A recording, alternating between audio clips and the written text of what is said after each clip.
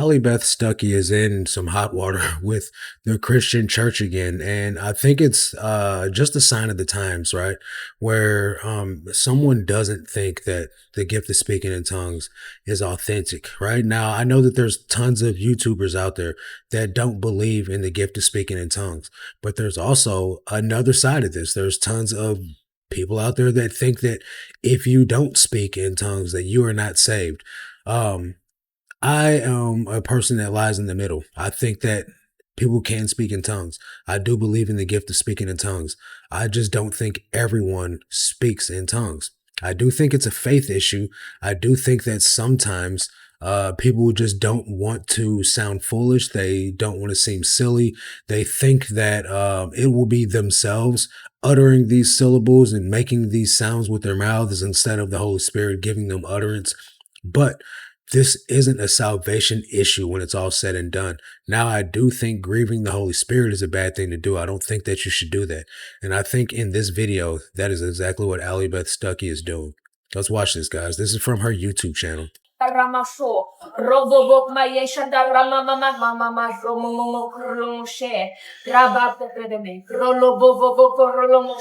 Okay, so Now, one of the things that I did see a lot of people making commentary on this were saying was about her condescending faces.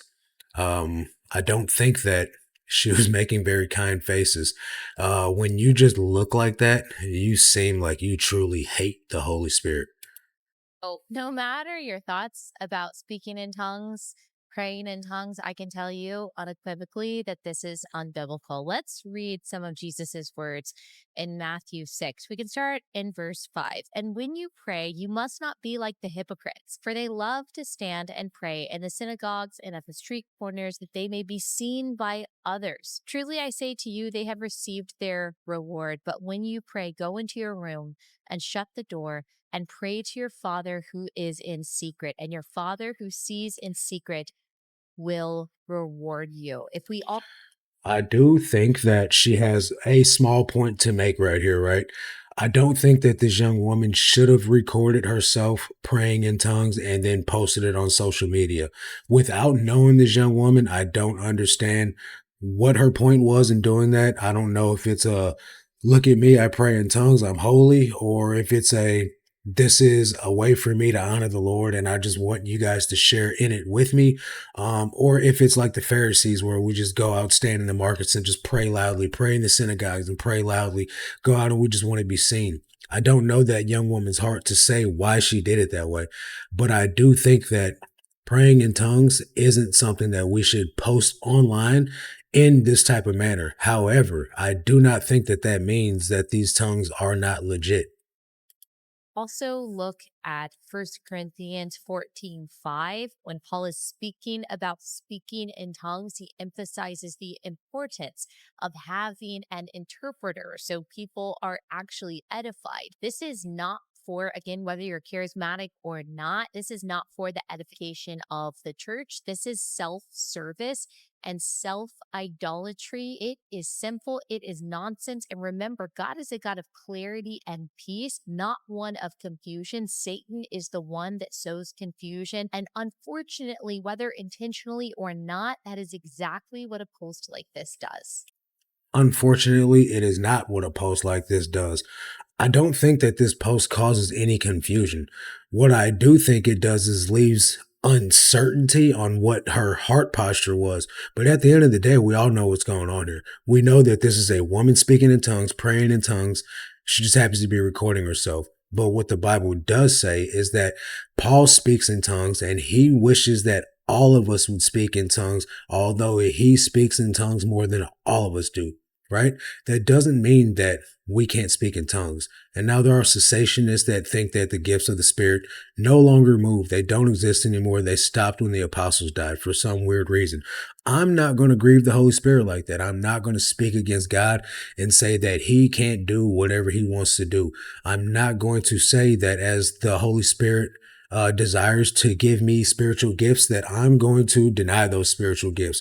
No, Holy Spirit, I don't want to speak in tongues. No, Holy Spirit, don't give me a word for somebody. No, Holy Spirit, I'm good being a Christian that doesn't flow in the gifts. I'm not doing that. If God, my Father, wants to give me good things, wants to give me the gift of speaking in tongues, I'm going to flow in that gift of speaking in tongues. I'm going to flow in the gift of prophecy if that's what He gives me.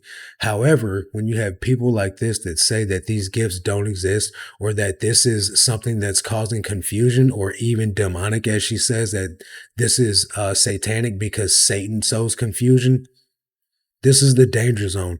And this is what's wrong with someone with a platform like Allie Beth does. She has 614,000 followers, right?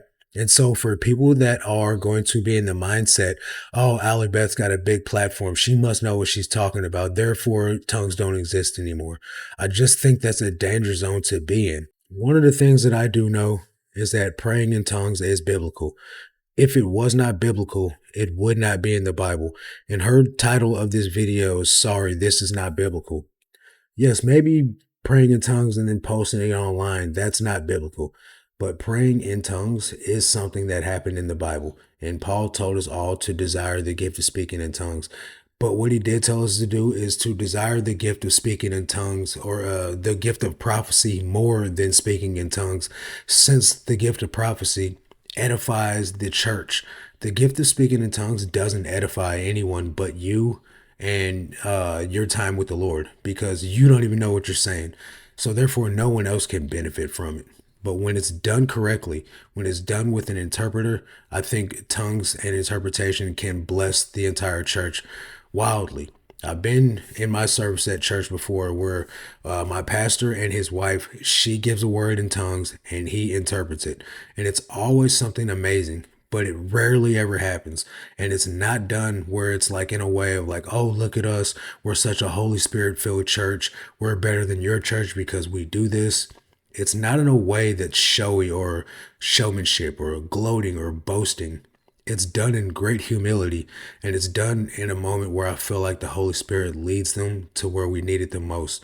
Because every time the word encourages me. So where she's saying this doesn't edify someone, the gift of tongues can edify someone when it's done properly. This may not, and I understand that not all tongues are even legit.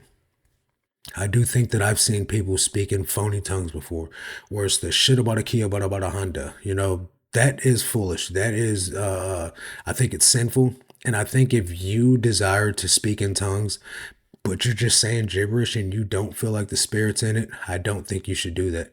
I think that you should truly pray to the Lord, ask to receive the Holy Spirit, to be given the gift of speaking in tongues. If it's something that you truly desire, I don't think that you will be denied if it's something that you truly want from the Lord.